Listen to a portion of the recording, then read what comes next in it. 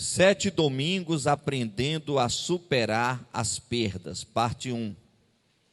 De todas as perdas da vida, a maior de todas é a perda de um ente querido. Tal perda nos proporciona uma dor que parece não passar. Todos nós, em algum momento da vida, teremos que enfrentar essa dor. Não é fácil enterrar um ente querido ou um amigo do peito. A dor do luto dói na alma, aperta o peito, esmaga o coração e arranca lágrimas dos nossos olhos. Até Jesus chorou no túmulo de Lázaro. Para um pouquinho. Uma das maiores perdas que existem, irmãos, é a perda de um ente querido. Há situações na vida que nós iremos perder pessoas da família.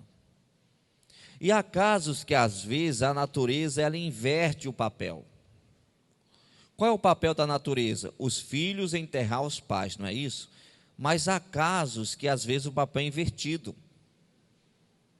Os pais enterram os filhos.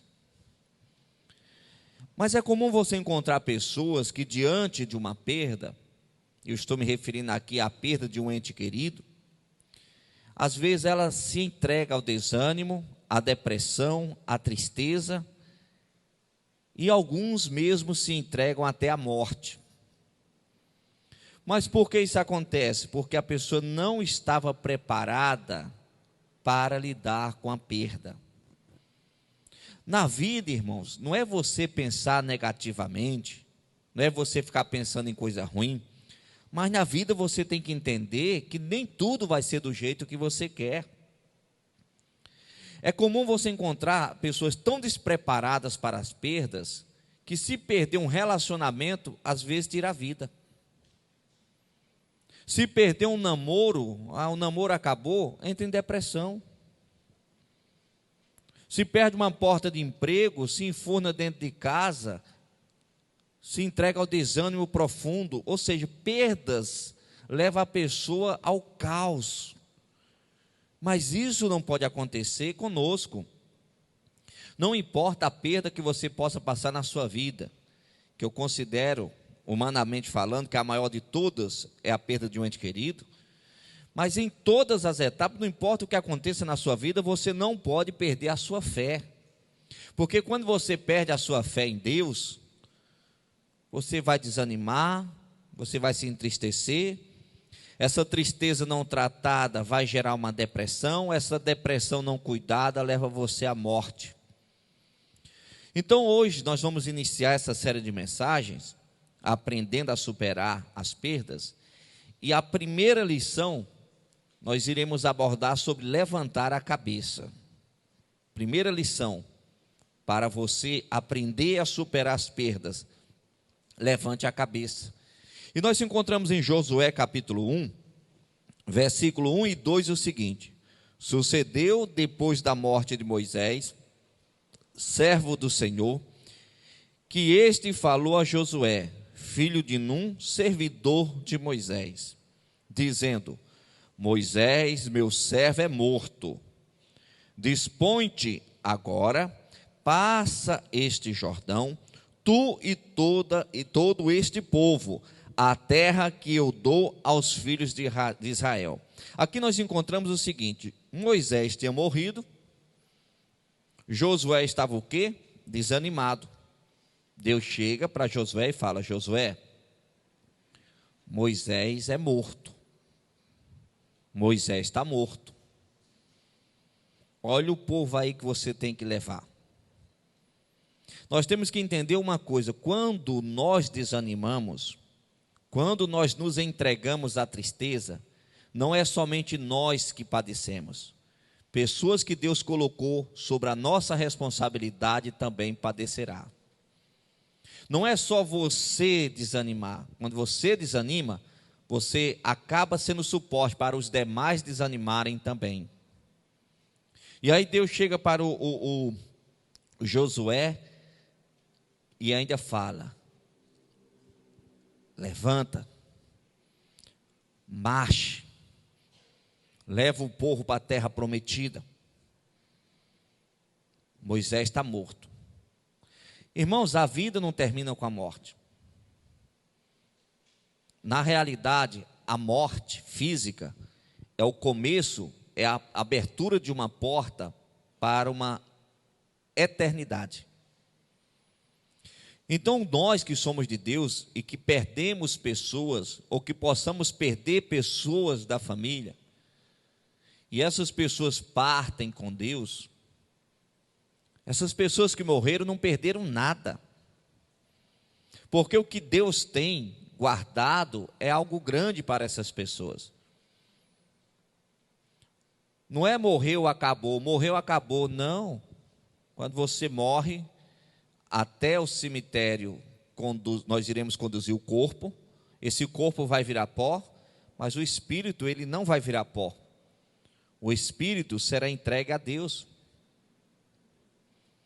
Então nós não temos que deixar a perda nos abater ao extremo. Nós temos que levantar a cabeça. Agora vamos ver um outro exemplo que aconteceu com Davi. O Davi teve um filho. Não vou entrar aqui na questão do erro do Davi, mas vou falar só a questão do sentimento do Davi para com o filho recém-nascido. Chegou o recado de Deus que aquela criança não iria continuar viva, que aquela criança iria morrer. E vamos ver como Davi lidou com aquela perda. Aí, 2 Samuel, capítulo 12, versículo 16 ao 23, está escrito: E buscou Davi a Deus pela criança. Tinha recebido o recado que a criança ia morrer. Então ele buscou em Deus para que a criança não morresse. E jejuou Davi, e entrou, e passou a noite prostrado sobre a terra. Então os anciões da sua casa se levantaram e foram a ele, para o levantar da terra. Porém ele não quis, e não comeu pão com eles. E sucedeu que ao 7º dia morreu a criança. E temiam os servos de Davi dizer-lhe que a criança estava morta, porque diziam: Eis que, sendo a criança ainda viva, lhe falávamos, porém não dava ouvidos à nossa voz. Como, pois, lhe diremos que a criança está morta? Por que mais lhe afligiria? Viu, porém, Davi que seus servos falavam baixo, e entendeu Davi que a criança estava morta. Pelo que disse Davi aos seus servos: Está morta a criança? E eles disseram: Está morta. Então Davi se levantou da terra, e se lavou, e se ungiu, e mudou as roupas, e entrou na casa do Senhor, e adorou. Então foi à sua casa e pediu pão. E lhe puseram pão e comeu. E disseram-lhe seus servos: Que é isto que fizeste? Pela criança viva jejuaste e choraste. Porém, depois que morreu a criança, te levantas e comes pão?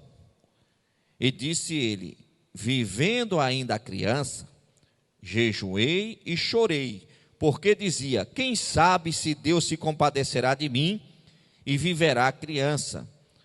Porém, agora que está morta, por que jejuaria eu? Poderei eu trazê-la de volta ou fazê-la voltar? Eu irei a ela, porém ela não voltará a mim.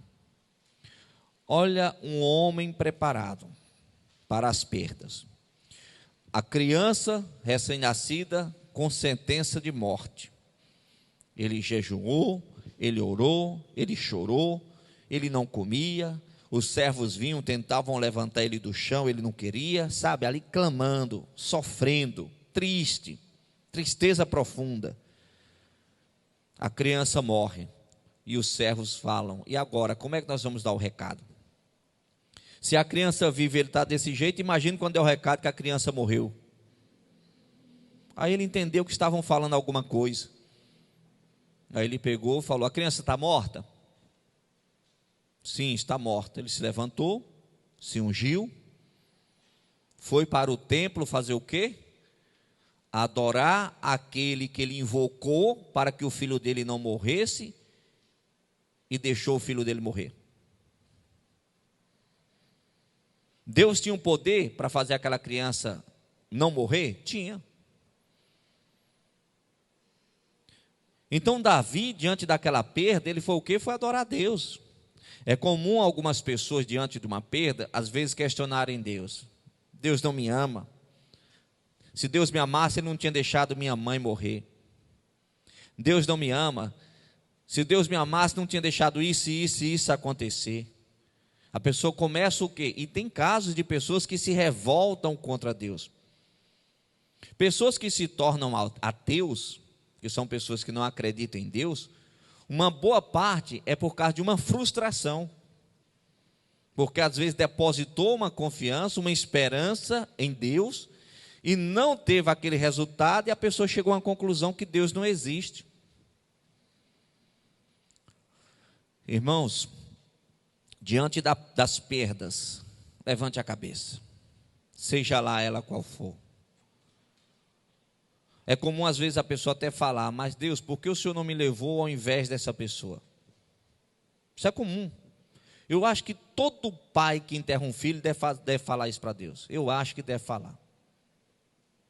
Eu não estou falando que tem que falar, não. Eu acho que a pessoa deve falar isso, internamente. Deus, por que o Senhor não me levou? Por que o Senhor não me levou e deixou? Mas é normal, é sentimento. É comum a pessoa às vezes falar isso. Mas se Deus quisesse levar você, Ele tinha levado você. E se Ele não levou você, é porque a sua parte aqui na terra ainda não finalizou. Porque quando finalizar, você pode ter certeza, você não vai ficar um segundo a mais. Quando Deus falar, recolhe, medicina nenhuma resolve, médico nenhum resolve, ninguém consegue resolver. Quando Ele falar recolhe, Ele recolhe o seu espírito e ninguém impede. Então aqui nós encontramos o que? O caso do Davi, que tinha perdido o filho e levantou a cabeça. Vamos ver um outro caso, que é um caso de Jó. Jó capítulo 1, versículo 1 e 2 está escrito: havia um homem na terra de Uz, cujo nome era Jó, e era este homem íntegro, reto e temente a Deus, e desviava-se do mal. E nasceram-lhe 7 filhos e 3 filhas. Olha a qualidade desse homem. Não era qualquer um, não. Era um homem íntegro. Era um homem reto. Era um homem temente a Deus. Era um homem que se desviava do mal. Ele não procurava o mal, ele se desviava. Temente a Deus, um homem de oração, um homem de fé. Nós conhecemos a história do Jó, não vou aqui detalhar. Ele passou por algumas perdas de bens materiais. E essas perdas foram aumentando. E esse homem, que era muito bem sucedido, que tinha 10 filhos, um determinado dia os filhos estavam todos reunidos no mesmo local, e veio ali sobre aquele local um vento forte, derrubou aquele local sobre os filhos. E olha o que está escrito em Jó capítulo 1, versículo 19 e 20. Eis que um grande vento sobreveio da além do deserto, e deu nos 4 cantos da casa, e caiu sobre os jovens, e morreram. E só eu escapei para trazer-te a nova. Para um pouquinho. Os 10 filhos dele estavam reunidos no local. Veio um vento forte, matou todos. Derrubou o local, matou todos, só escapou um mensageiro para dar o recado a Jó. Os teus filhos, morreram todos. Só escapei eu para dar o recado. Perder 10 filhos de uma vez. Se perder um, com certeza já é uma grande tragédia. Imagina perder todos de uma vez. Imagine para a mulher, para a esposa do Jó, ter que administrar isso daí na mente dela, assimilar isso daí. Você ter 10 filhos, 10 dando risada, está tudo bem, sai para um local, depois chega a notícia, morreu todos. Olha o que Jó fez.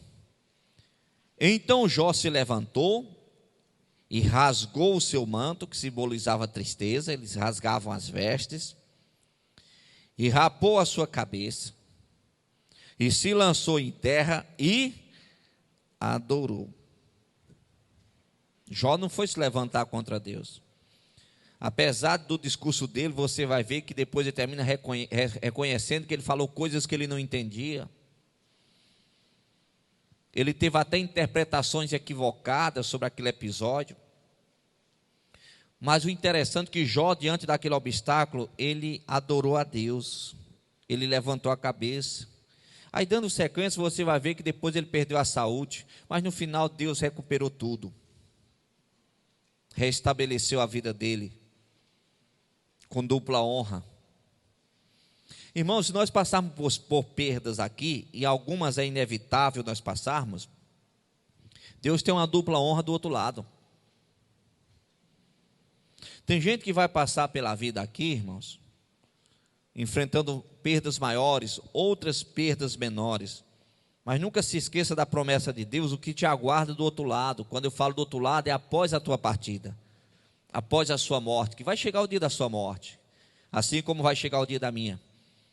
Se nós seguirmos a Deus com fidelidade, o que Ele tem do outro lado, pode ter certeza, é infinitamente maior e melhor.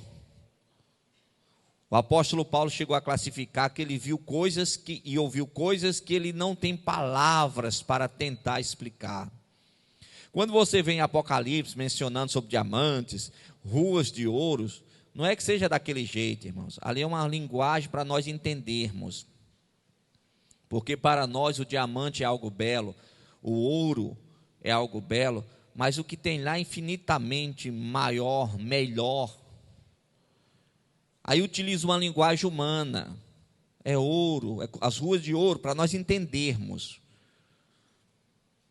para nós compreendermos como é.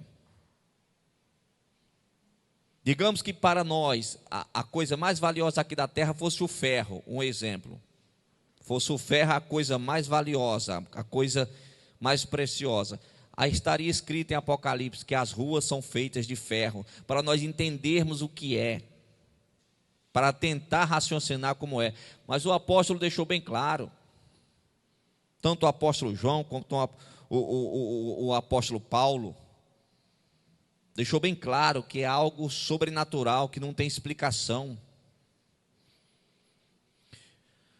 Então faça como Jó, diante das perdas, adore. Faça como Davi, diante das perdas, adore. Faça como Josué, diante das perdas, marche. Então a primeira lição é: levante a cabeça. No próximo domingo, nós iremos estudar a segunda lição. A segunda lição é: não se sinta culpado. É comum, diante das perdas, às vezes a pessoa se sentir culpado. Eu tenho culpa, a culpa foi minha. Então nós iremos falar sobre a importância de você não se sentir culpado. E aqui eu finalizo com o meu WhatsApp, código 92 99185 2854. Feche os olhos, por favor. Coloque a mão no coração. Vamos falar com Deus. Pai, obrigado, Senhor, por esta mensagem que o Senhor nos trouxe. Abençoe, Espírito Santo, cada pessoa. Trabalhe, meu Pai, em cada coração. Venha, meu Deus, encher a todos com o Teu Espírito, com a Tua graça, com a Tua virtude e com o Teu poder. Trabalhe, meu Pai, em cada coração. Olha para cada pessoa, meu Pai, que tem lidado com as perdas. Dê forças para esta pessoa, meu Pai, levantar a cabeça e continuar marchando. As demais perdas, ou as perdas aqui da terra, são passageiras. Você só não pode perder a sua fé em Deus. Nunca perca a sua fé em Deus. Pai, abençoa o teu povo. É o que eu te peço em nome de Jesus Cristo, para a tua glória. Amém. E vamos aplaudir o Senhor bem forte, que Ele merece.